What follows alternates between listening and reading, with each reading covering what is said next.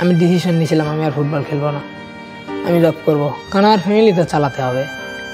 Football খেলে দেখছি যে হচ্ছে না, সবাই বলে যে তোমার হাইট কম, তুমি গোলকিপার হতে পারবে না, অনেকেই বলছে আর কি, আমাদের আত্মীয় স্বজন বা ভাই ব্রাদার বলছে।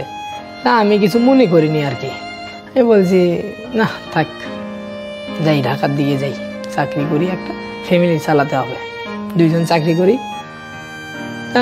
চাকরি করবে আসবো, আমার 22 তারিখে ঢাকায় আসার কথা, কিন্তু সেই সময় মানে এই খেলাটা 12 তারিখে আমাদেরকে রংপুরে ডাকে 3 দিন আবাসিক ক্যাম্পের জন্য আর কি।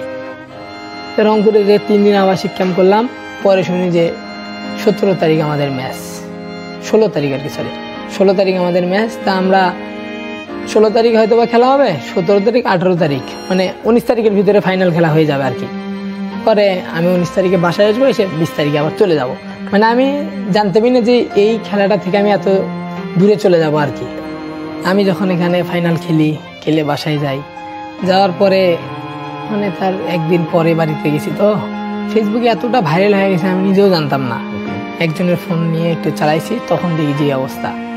পরে বাসায় বললাম যে এই খেলাটা থেকে এরকম হয়েছে, মানে আমাদের ভাই ব্রাদার যারা ছিল সবাই বলতেছে যে তুই খেলাটা ধরে রাখ, এখান থেকে তুই ভালো পর্যায়ে যাবি।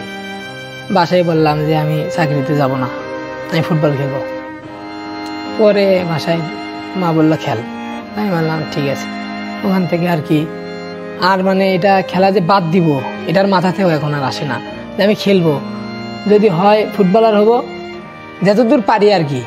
একটা লেভেল আছে ফুটবলার হওয়ার, যতদিন পর্যন্ত লেভেলটা না পার হয়েছে এতদিন আমি ফুটবল খেলে যাবো।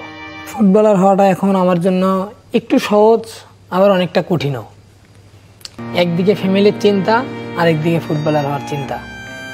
কোনটা মানে কিছুদিন আগে ভাবছিলাম যে ফুটবলটা বাদই দিব, এখন আবার ভাবতেছি যে ফুটবল খেলবো, কিন্তু এই ফুটবলার হওয়াটা কিন্তু অনেক কঠিন। এই খেলাটা থেকে একটু কিছু সম্মান পাইছি, দেখি আল্লাহ যদি কপালে রাখে তাহলে বাংলাদেশ ন্যাশনাল টিমে খেলবো। আর চিন্তা চেতনা এখন একটাই আছে যে আমি ফুটবলের পিছনে লড়ে যাবো আর কি। আম্মু ভাইয়াকে বলছে যে তুই চাকরি কর, আমি ফুটবল খেলুক, ওর এখনো চাকরি করার বয়স হয়নি, মানে ফুটবলে এখন খেলতে যাচ্ছি যে আর কি, একটু একদম বাধ্যতামূলক করতেই হবে, নাহলে সংসারে একদম চলবে না। ছোট একটা জায়গা কিনে ওই জায়গায় টিনের বাড়ি করে থাকলেও শান্তি আছে, কিন্তু আমাদের তো এখন মানে নিজের বাসা নাই আর কি। এই জন্য 2 ভাইয়ের চিন্তা ভাবনা আছে যে আমরা 2জনই চাকরি করব, চাকরি করে কিছুদিন একটু ধৈর্য ধরে একটা জায়গা কিনে ওই জায়গায় একটা টিনের বাড়ি দিয়েও